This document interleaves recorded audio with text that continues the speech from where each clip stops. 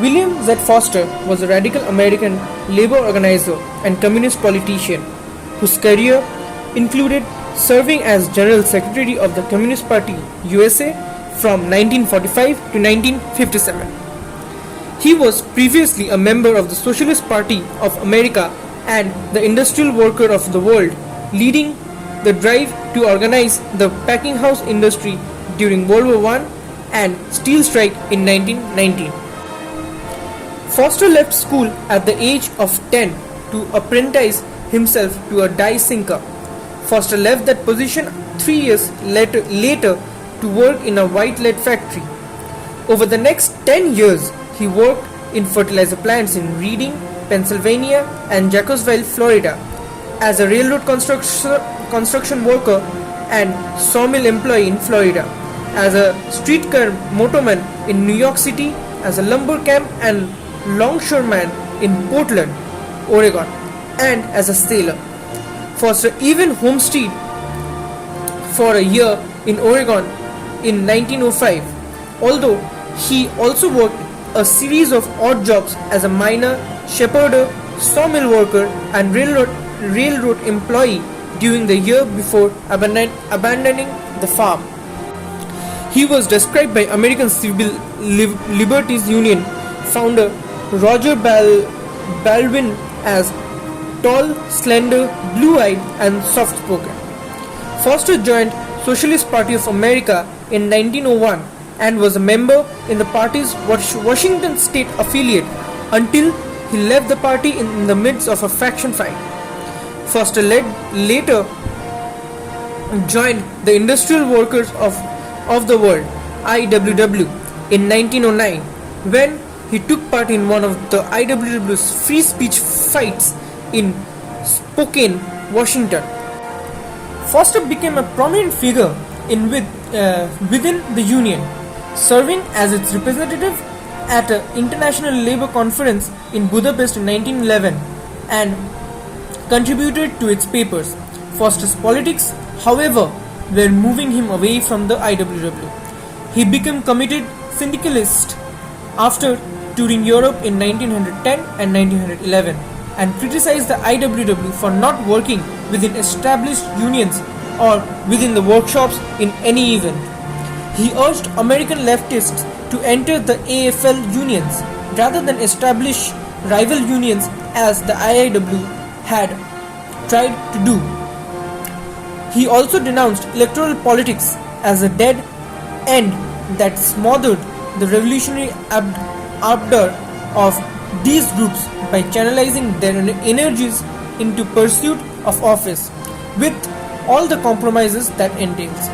Foster lost the battle, however, and soon thereafter left the IWW and formed his own organization, the Syndicalist League of North America, SLNA.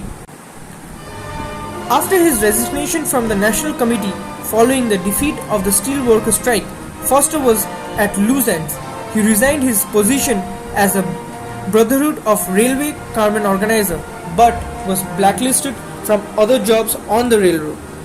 He still maintained his friendship with John Fitzpatrick, wrote a book analyzing the steel strike, and founded the Trade Union Educational League, which received financial support from the Amalgamated Clothing Workers of America, the left-led union that had contributed $100,000 for relief for steel strikes. Foster had contacts with a number of members of the newly formed Communist Party, but had not joined it after it split from the Socialist Party of America in 1919.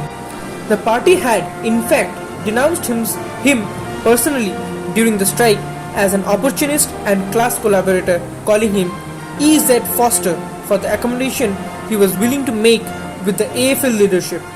The CP at this time was still convinced that the revolution was impending.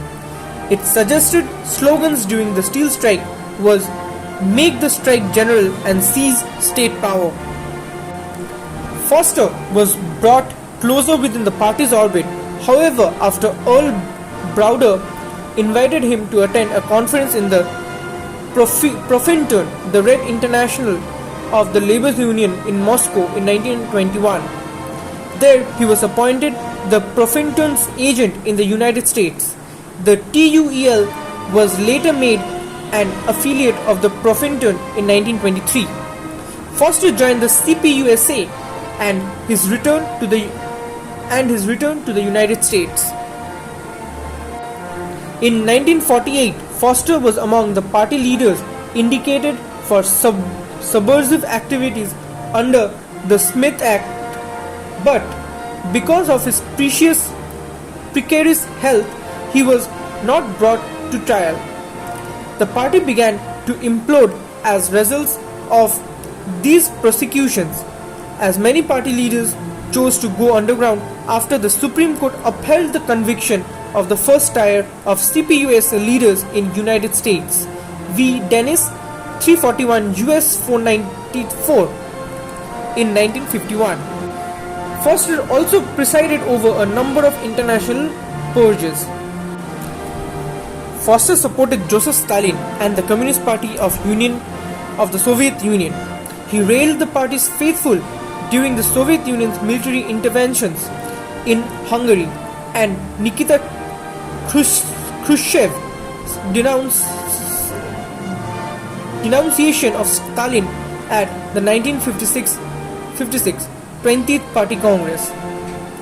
Foster retired in 1957 and assumed the title of Chairman Emeritus.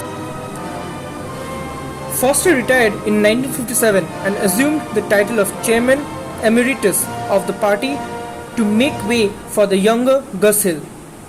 Like Foster, Gus Hall was all a loyal ally of the Communist Party of the Soviet Union. Foster died on September 1st, 1961 in Moscow. The Soviet Union gave him a state funeral in Red Square, and Khrushchev personally headed the honor guard. His ashes were interred with John Reed and Bill Haywood. His book Towards Soviet America remains a favorite among American communists.